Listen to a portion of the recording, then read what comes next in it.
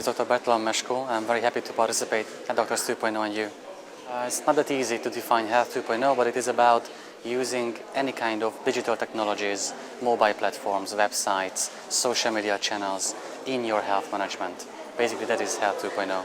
I believe I have two missions to accomplish. The first one is about including digital literacy in the medical curriculum. I mean, teaching medical students and young physicians about using social media. So then when they have patients, e-patients, with specific questions related to internet, then they can answer those questions just like they were medical ones. My second role is curating social media resources in medicine and healthcare.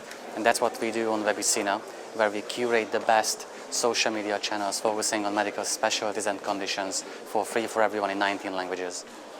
I quite often talk to patient organizations, I give speeches to them, and I always have one advice for them, and that is they should have their voices heard.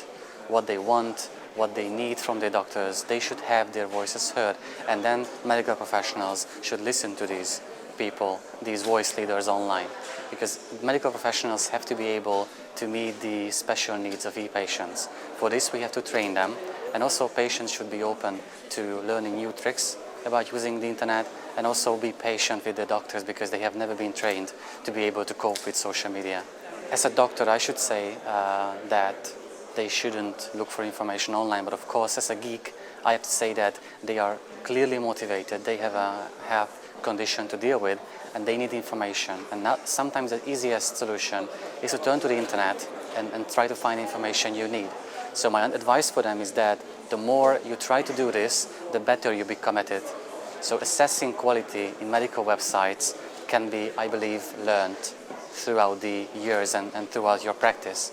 So they should do it again and again, but whatever they find online, they should discuss it with their medical professionals and ask for help or for advice about what other resources they should check day by day. Actually, it doesn't matter whether we like it or not, they will be part of communities, fortunately, because in communities people can get a more important voice. They can reach things that they couldn't do alone.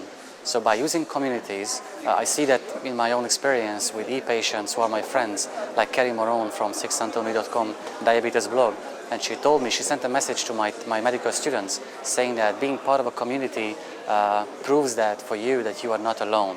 So you can talk with people, and then as a community you can still raise important points with your medical professional.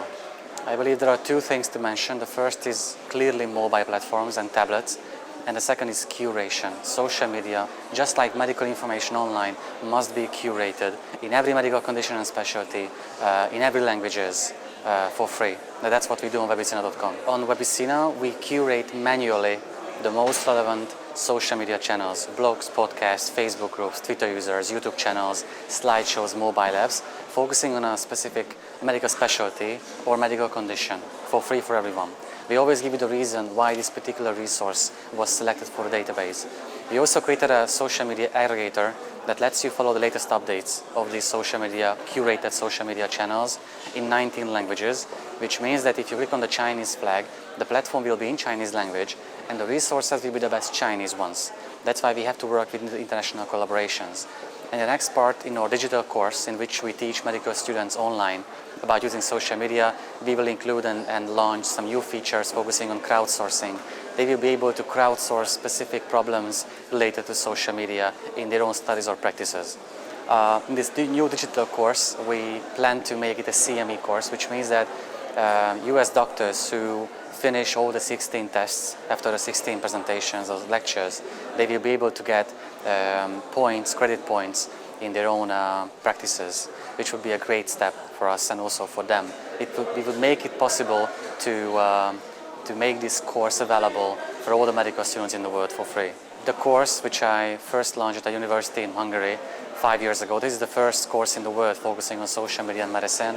This is very close to my heart. This is an absolutely non-profit project. I do it for free. I want to make it available even to for those medical students who don't have such course at their own medical schools in South America, in US, in Europe, in Asia, anywhere in the world. We would like to help them to know more about social media.